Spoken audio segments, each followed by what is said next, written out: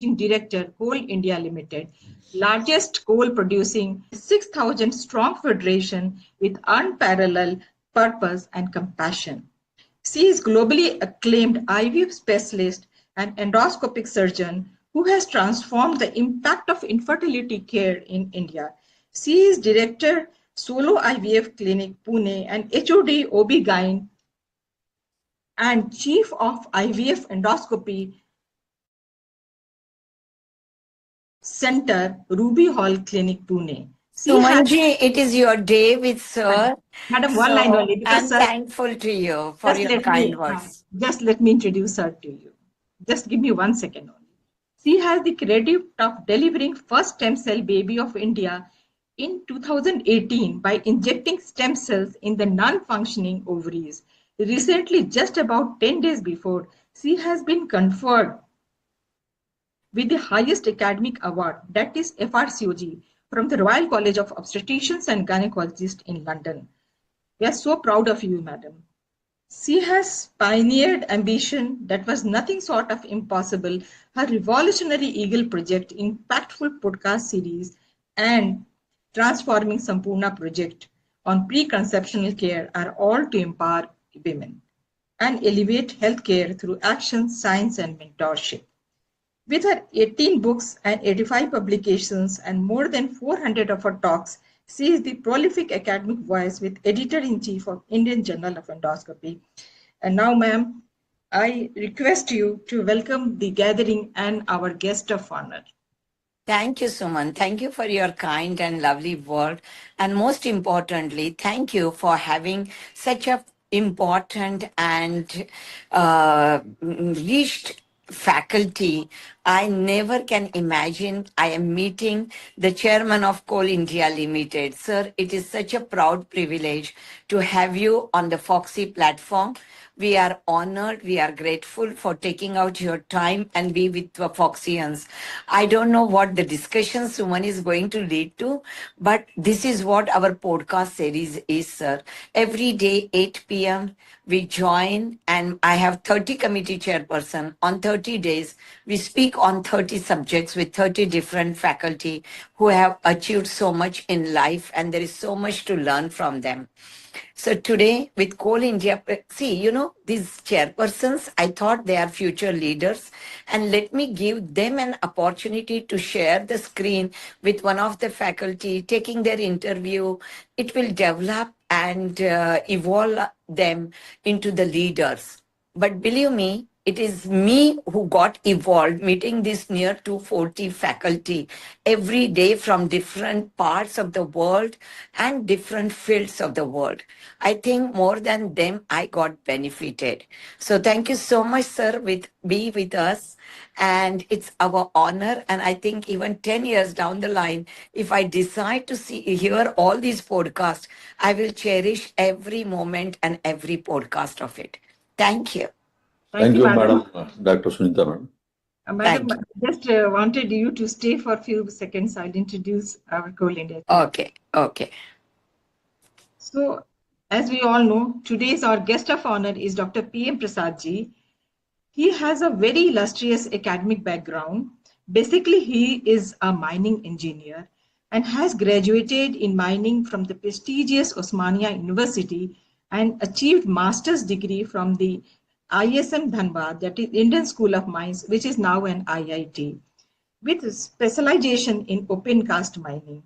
He also holds a law degree. He took over as chairman and managing director, Coal India Limited, the world's largest coal producing company, on 1st July 2023. During his tenure, he has aimed to achieve ambitious production targets, which includes a goal of 780 million metric tons. He is an accomplished administrator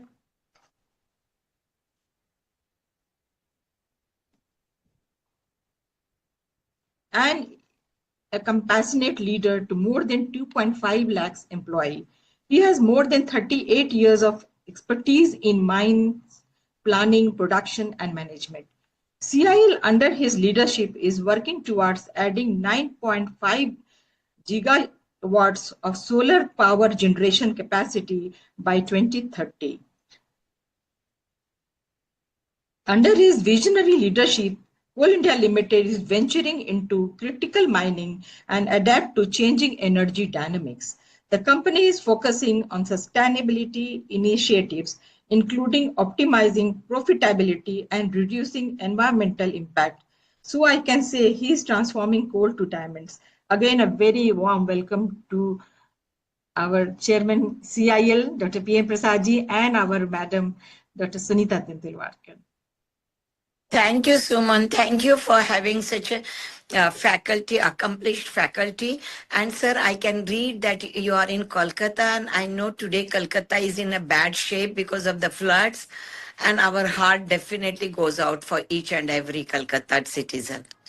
But thank That's you right. for still being with us on this day. Thank you. Thank you, madam. Thank you. Namaskar. Enjoy your podcast, Suman, Yes. and I'm sure it will be enjoyable to every one of us. Thank you, madam, for being for us today here.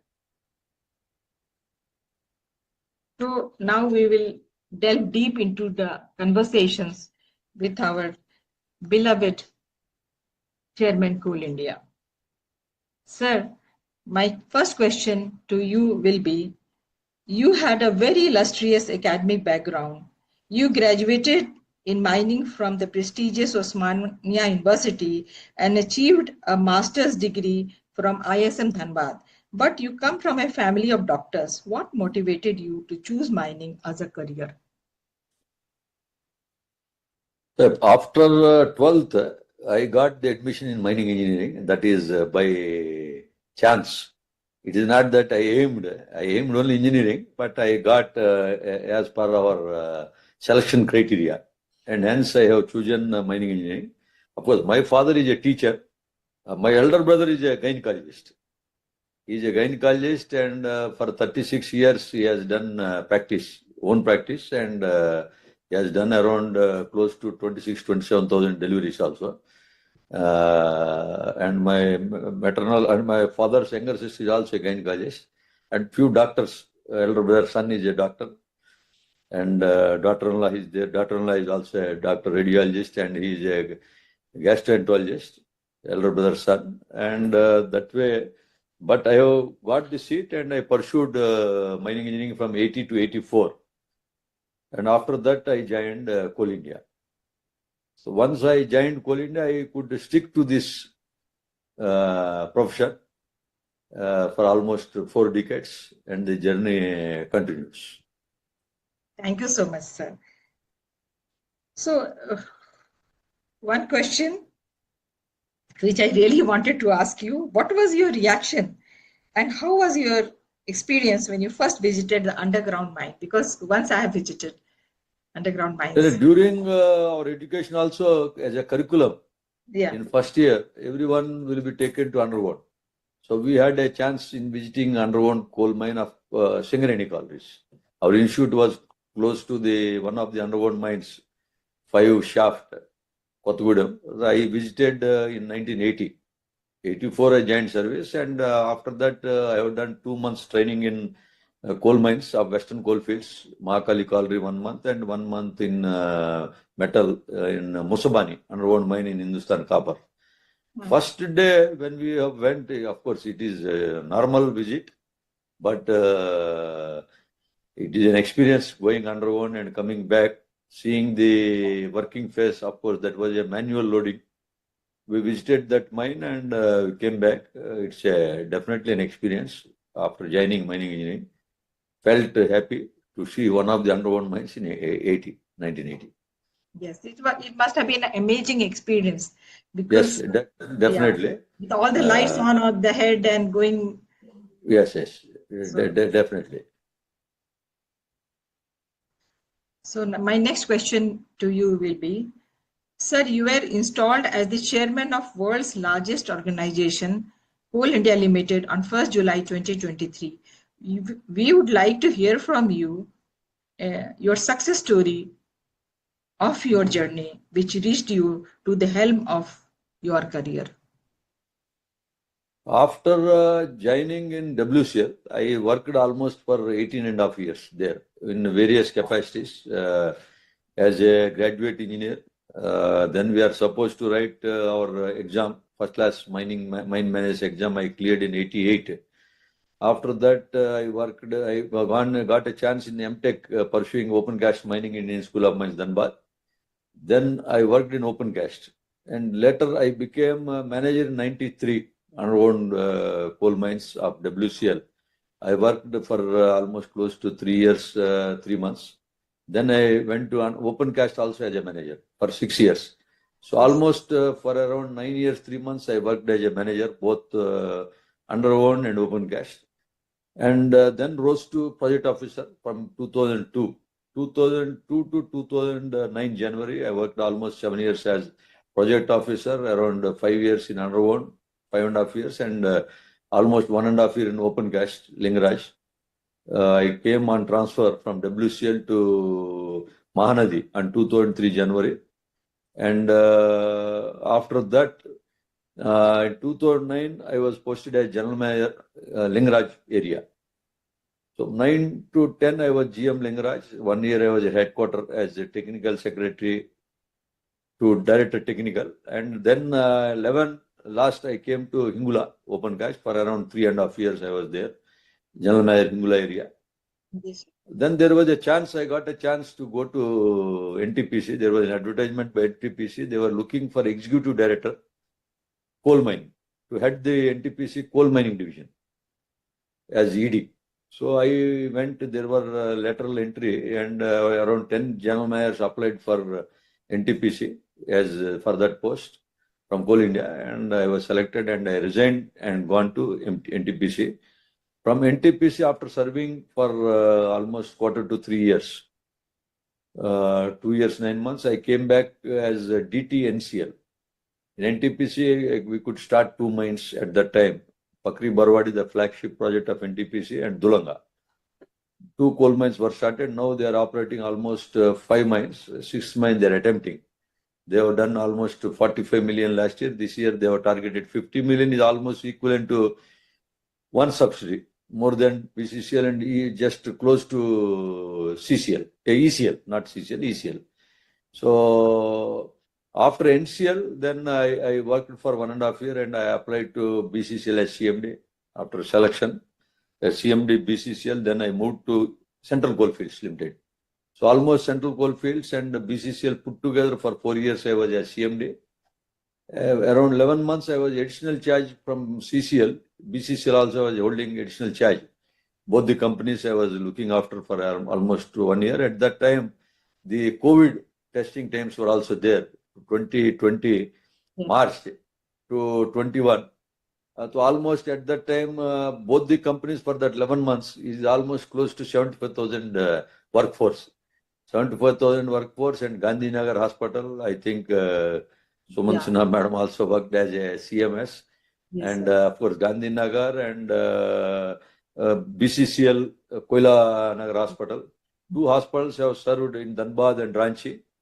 Other than Ramgarh, there is another hospital. So our hospitals have served in COVID. And Dhanbad, it is the only hospital we have started. Later, Patliputra Medical College Hospital has come.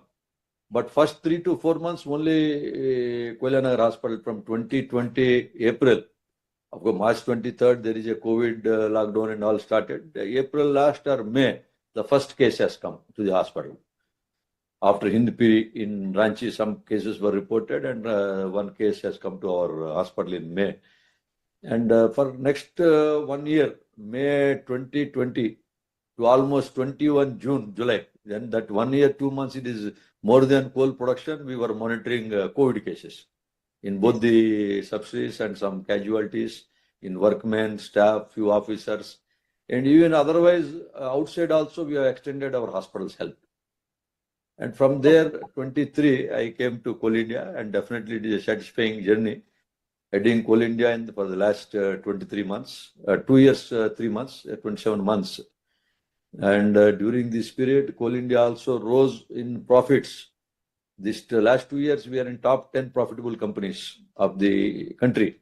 Yes. Around before it is 37,000 crores. PAT, last year it was a little less, 35,000, but still 23, 24, we were 8th position, and last year we were 9th position.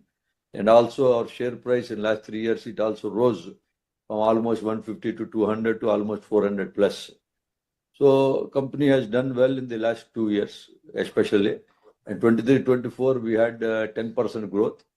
Even 22-23 was also a better financial year. Post-COVID, last 3 years was very good. And this year, due to heavy rains, we are hardly around 11.5 million less than last year. But I am sure in the next half of the year, H2, we will come back and we will post a positive growth close to 7-8%. Thank you, sir. It was really a very remarkable and inspirational journey. So we come to the next. Sir, you lead a manpower of 2,28,800 working force. As chairman of world's largest coal producing company, what are the challenges you face? Around 2.2 lakhs our manpower approximately departmental, and around 1 lakh contractual manpower is also there. Yes, sir. Basically, because of high manpower, the challenges in underground mines and in open cast mines are also there. You have a climate change, and along with the climate, we work 24/7. Even COVID, there is no mine was stopped. At least open cast mines, 24/7 it worked. Underground on Sundays, definitely it's a closure. So the more the manpower, the responsibility is also more. Besides other parameters like production, profitability, environment, quality, sustainability, we have to focus. But managing the workforce and our team of workers, staff, officers, and unions, it is both satisfying, and at the same time, it is a round-the-clock job. Somewhere some problems will be coming and we have to solve at either unit level or at area level or at company level. Of course, competent people are there, and we have a different setup, robust. So it will be tackled, but it is a 24/7 monitoring because of huge workforce and the operations. So we will be monitoring, and the decisions will be taken accordingly. So it is everything is under monitoring. Yes. Things guarded and monitored. The other one more question, sir. Coal reserves in India are mostly under the forest land or in the tribal inhabited area, and so they need to be displaced to facilitate mining. Sir, we want to know your rehabilitation and resettlement policy. Nature, under nature, Mother Earth, we best that resources are bestowed, coal resources, definitely, mostly in the forest areas. Yes. And most of the forest areas are tribal domination is also there. Around 35 to 40 districts, we are working across 8 states. And majority is uprooting of trees, and we have to plant somewhere, compensatory opportunity 2 times that uprooting. We take care the environmental parameter also, but definitely it is associated. States like Jharkhand, its highest forest cover is there, almost 70%. So naturally the challenge will be more to obtain even forest clearances. Regarding R&R policy, we have a nicely laid R&R policy for 2 acres, 1 job we provide. And we follow 2013 RFCT Law Act. If it is under law, the acquisition is going on. We have either under CBA or under law. In both the cases, we extend the R&R benefits. And as per the state and as per the village concerned, the consultation also will be done. And after the consultation, we are taking it to the implementation. So basically, it is for 2 acres, we take 1 employment is provided. So this is the scheme where we are continuing from the beginning. And in Orissa, we have a Orissa R&R policy. It is slightly advantageous to the state citizens. It is more and above than our CL and R&R policy. So as per that state, we adopt it. We provide the jobs, and when we displace them, we take them to R&R sites, which is also developed R&R sites. We develop the roads We developed the colony outer fencings. We developed street lights, water facilities, drinking water, common amenities like schools, dispensary, and all other market complex. Everything we take care. And after giving compensation is being paid, and the employment and even the shifting allowance to the new colony and subsistence allowance is also paid.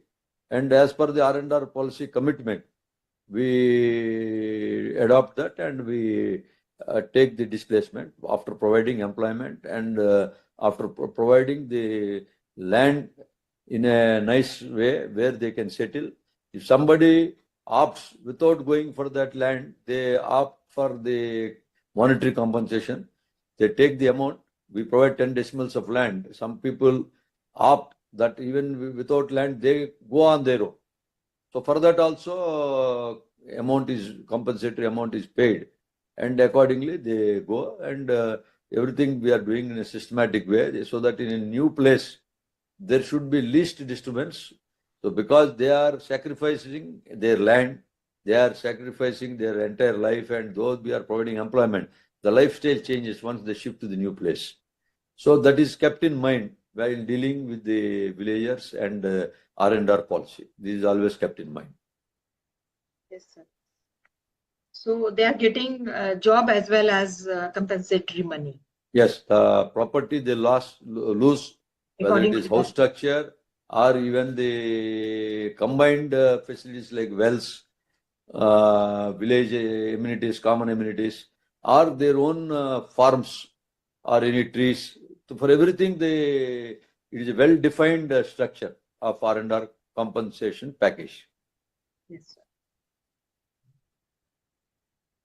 Sir, I've heard that Coal India pursues mining with a human face. What does it mean, sir?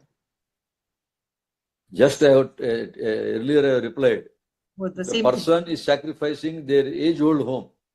Yes. So first we have to keep a human face to approach. It's not that just acquiring by any means.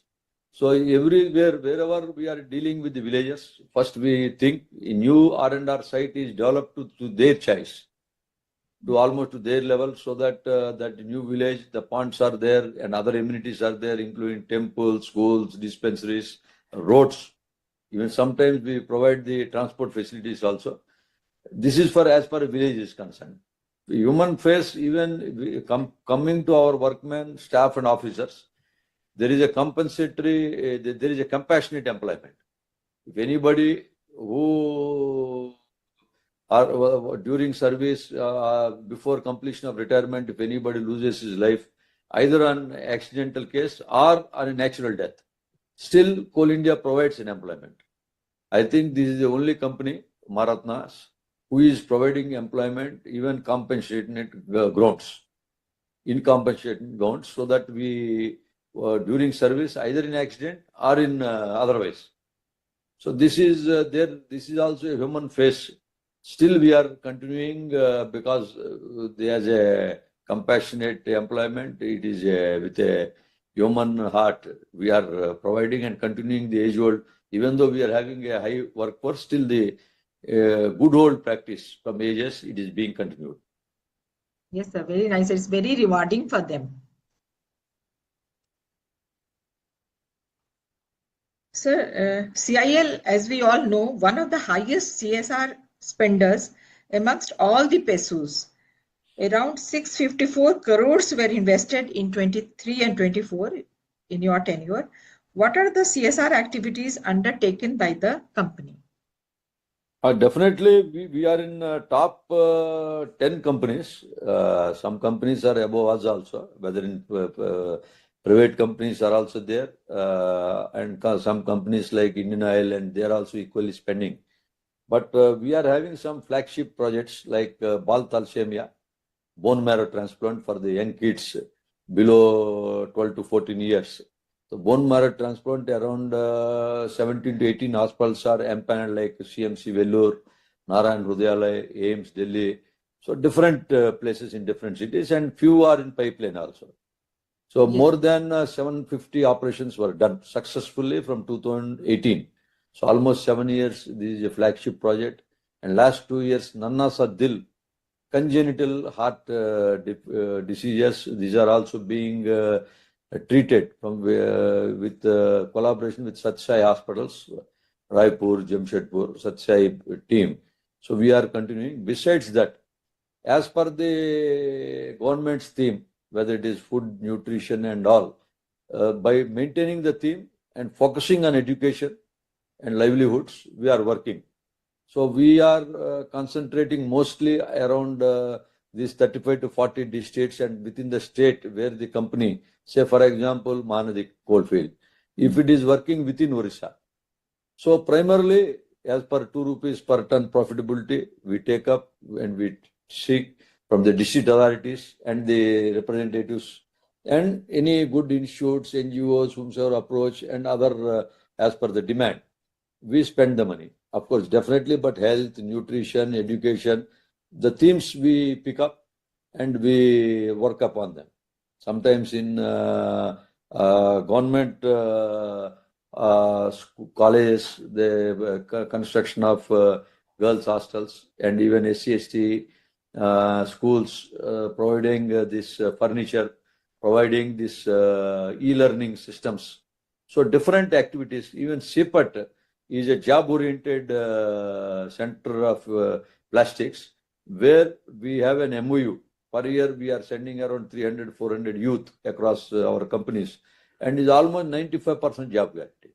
So skill development also we are working. So these are the flagship projects, and Lal Ladli is one scheme which 2012 probably you might have been there. They have started, and NIT, IIT students are cracking, especially engineering. Similarly, Shushruth in SCCL, they were focusing on medical. So last year around 10 to 12 medical seats, even for civil servant aspirants. This mains for ones who passes preliminary, we are prelims exam. For mains, we are giving 1 lakh rupees. From the persons below 8 lakhs, if they are having the annual income 8 or 10 lakhs, they will be eligible for getting that scholarship. So these are different flagships, and one Kelgaon in Jharkhand. Along with Jharkhand, we are running from almost last 2015, almost close to 10 years, where we are taking from the children from tribal districts around 9 to 16 years, and they are being competing in Asian level and national level championship, whether it is boxing, whether it is cycling, archery, different level. So the dedicated Kelgaon is there, institutes. The number of stadiums are there, cycling. We give 10 crores and the state gives 10 crores, 20 crores. This is the budget where their, other than sports, their schooling is also taken care up to +2. So that way, both are being done in the same campus, same hostels. Yes, sir. This is remarkable because we have also got opportunities to visit to Khelgaon for the health checkups we had gone. And many of times they used to come to our OPDs also for their minor problems. So it's wonderful, sir. So there is one word I couldn't understand much, so I wanted a clarification from you. What is coal beneficiation? What is coal beneficiation, and what are the key aspects? Indian coal by nature is having high ash content. Achha. In Australia and some countries, they are blessed, China also, blessed with less ash content. Achha. So the more ash content, even if you use in thermal plants, that ash will be left after taking the effective use of the thermal coal. Ash is going into waste. But of course, ash now bricks, roads, construction are taking place. These are all byproducts. And but original coal, since it's having high ash content, this coal beneficiation is nothing but coal washing. By removing the impurities from the coal to a particular level, if a coal is having ash content and more some ash content of say 35, by doing effective washing, we can reduce by 7 to 8% of ash reduction will be done, so that impurities, dust and dirt can be removed from the source itself after the washing. And for higher distance, if this is taken, transportation is done, So we can save the amount in transport. This ash can be dumped there only, this impurities. And other good quality coal can be transported to the distance where it can be effectively utilized. So this is one. And even coking coal also, there is a benefication is going on. Coking coal also, there is washeries. We reduce the ash percent. Both non-coking coal, coking coal, both the cases we have washeries. So for coking coal, we have a dedicated 10 washeries are running in BCCL and CCL. Some have become old. They have outlived their life about 35 to 40 years. So some 7 or 8 washeries are also under construction. So our target is to do around 22 million ton of coal washeries are there. Effectively, we are targeting around 7 to 8 million ton coal washing. Right now, we are doing around 3.2. So just we will be doubling or we will do 2.5 times of the present quantity in next 6 to 7 years. So as to supply this washed coal to this Steel Authority of India Limited or RANL or some private players also take this coal after washing. Yes, sir. So, sir, how do you differentiate that this is coking coal and this is other type of coal? Is there something? Yes, there is a difference. Coking coal is primarily used for metallurgical purpose. The coal is having a caking property, is a mean reflective index is there. There are so many parameters. Useful for steel making.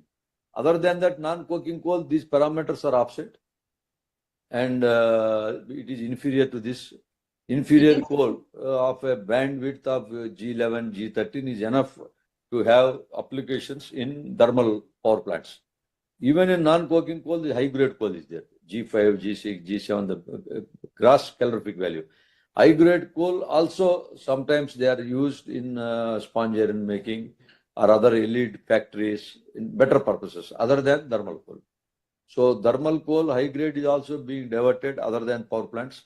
And coking coal also is not required much in power plants where non-coking coal can be supplied. So there is a clear-cut difference. Yes, sir. Thank you, sir. Conservation of energy is a priority for Coal India Limited. What are the other measures taken towards reduction in specific energy consumption? We have to use our assets in a proper way. So whether it is underground or open cast, if we select a project, open cast usually 95-97% of the coal is being extracted. In underground, most of the time 30 to 40% only we are extracting. Hence comes the conservation. The resource is limited, so may 100-150 years. Compared to oil and petroleum gas, there the reserves are also less, may last for 30-35 years. But coal, 100-150 years there. But as per Honorable PM, our net zero we have to achieve as a country by 2070. So around 45 years, we have to take responsible measures in conservation.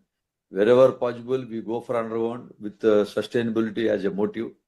And in open cast, as the general perception in open cast, since we approved the plants, so sometimes we are not keen on restoring this environmental activities and eco-restoration things. So here comes the conservation. Whenever we plan, as per the mining plan, we have to see optimum removal of coal is there and the target is met. So always we have to keep in mind how much production we have to plan as per the mining plan, how much we are achieving, and any deviations, if deviations are there, any corrections to be applied. These things are to be kept in mind. So as when I was reading your CV, I just noticed that apart from coal, you want to use another like minerals and other energy sources for producing, for giving energy. Yes, our government Mining policy is also renewable energy is fast picking up. Yes. In the installed power, renewable share is also equally, it is now out of the total 500 gigawatts, if coal is 2.3, 2.35, 235 gigawatts, Renewables are also fast picking up. Almost it is close to 200. It is also we have to do another 200 to 300 renewables, whether it is solar, hydro, nuclear, different wind power. For every segment, there are targets under the ministries of respective, and constantly the renewable energy share installations and even utilization are increasing compared to coal. But of course, in coal, because it was all the 24/7, it can be used even in rainy season or in any other winter season. So it is because of this abundance as a base load, it will remain for next 2-3 decades very better proportionate. But after certain time, by Yes, may sir. say 2047, Yes, our sir. renewables may be 75%, coal may be around 25%. From there, we have to be careful how we have to focus on non-renewable and renewable. So renewable will replace non-renewable at one particular point of time. This is a very important thing to understand. Coal India is a great place to work. It provides basket of amenities, that is facility to its employees. Like medical facility is one of them. Please enlighten us on this aspect. We have already heard from you about this, but once more, what are the medical For facilities? employees' point of view, both the workmen, staff, and officers, they are covered under the various schemes. During the working, our hospitals are engaged. We go to the hospitals once it is not to be referred for any specialist, they are being referred. So that way, 100% during in service, we take care. Post-retirement, for employees, staff and workmen, we give 8 lakhs medical amount for the rest of life, and for the executives around 25 lakhs. Along with this, for 7 diseases, there is no bar to limit. In case of cancer, in case of heart diseases, in case of liver, there are few diseases mentioned. They take full care with the reference hospitals and where they are empaneled with us. Even in extreme emergency, even without empanelment also, they are being treated, and subsequently they will be ratified once they take the prior approvals. So this is one.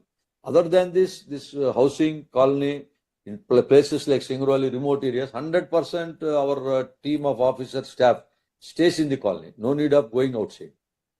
Singrauli, example, say if it is 17th owned workmen, 17th owned by 17th owned, except a 5%, 7% proper Singrauli workmen staff, they may come from their home, 10%, 12%. But otherwise, this 80-85% housing is provided, even 100% at places. Even the old workers are retiring, some places, quarters are becoming surplus. So other than this, upkeep of quarters, colonies, and other maintenance of DAV schools, central schools, other schools also we are giving. There, our children, both employees and even nearby villages, they also study. And the basic and central hospitals at few places where the range of operation maybe 100-150 kilometers, people can come. If it is inpatient, they will be there. Yeah, even for schooling within 5-10 kilometers radius. So medical, education, housing, drinking water, almost 24/7. Even electricity supply, most of the places is 24/7. Almost there is no shutdowns. If one line feeder is stopped, second line. If you except for emergency, there is no power cuts in the mining localities. Besides the arduous working conditions, these are the conditions which are provided in a better manner. Even the colonies are maintained in a different way. So people would like to stay. Wonderful, sir. Sir, Coal India has many central and regional hospitals, as you said, which caters to the employees and their families by dedicated doctors who serve selflessly. What are your upcoming policies to attract new medical graduates to this prestigious organization? Previously, we were doing central recruitment. Now we have given a choice to subsidy-wise. So within the state, doctors can opt for that. So initially, while we are allotting in different states also. Now, a person from Jharkhand gets most of the time, he opts CCL and we are giving. But the problem, remuneration package is there and other things we are taking care. But the problem, if we posted in a different localities, most of the time the chance of staying in cities or district headquarters, the preference is more than in remote locality. But Yes. however, even in remote, since our schools are there, their children also can have a better education. Colonies are there. Colony life is there. But if you compare with the cities, that may not be there, the same facilities of private hospital. But nonetheless, they are being taken care, all the doctors and vice versa, non-medical people also. Thank you, sir. It was really very inspirational to listen from you. Now, rapid fire questions, sir, from your personal life. Sir, you are working 24/7. So how do you relax yourself? You get time to relax. Every person gets his own time. So though our system, though while working, we also adopt it and we get accustomed. It's not that I think doctors also work 24/7. On call, you have duties. Similarly, on call, our engineers may have to attend the breakdowns, and they are tuned right from the beginning. The field executives almost they stay in the colony in the nights, but whenever they get a breakdown or phone calls, they attend and they have to manage. That's how our upbringing is there. So I think it is within the system, people are trained to handle such things. Any specific way to relax yourself? In a specific way, colony life is there, clubs are there, everything is there. It's not like that. And other than that, your own timetable make you for relaxation. If somebody wants to do yoga meditation, no one is going to stop in the mornings. So even the minds start, but there is staggered workings. So everyone gets time. It is how we have to schedule our timetable and we can work accordingly. Yes, sir. So any specific preference for your food, what you like? I see you are from South India, so. No, there is nothing specific, though I am non-vegetarian, but as per with age, now yes. I prefer more vegetarian from the last 10 years. And finds it is more suitable to me. Yes, sir. And do you get time to watch TV or movies? Everything. Newspaper we go and everything as usual. Is your passion for traveling to? The passion, the job necessitates for that we travel for any meetings. For jobs, I know, but yes. With your family, you spend time. Yes, there is time. There is time, and we definitely allot that space also. Okay, that's wonderful listening to you, sir. And thank you. We are really inspired by your dedicated, hardworking, and also finding time for your family. So with this, we come to end of our interview. Thank you so much, sir, for being with us. Thank you, and honoring our prestigious Federation of Obstetricians and Gynecologists. No, thanks for providing me an opportunity. I thank you and Dr. Madam who has shared the initial spirit. Thank you very much. Thanks.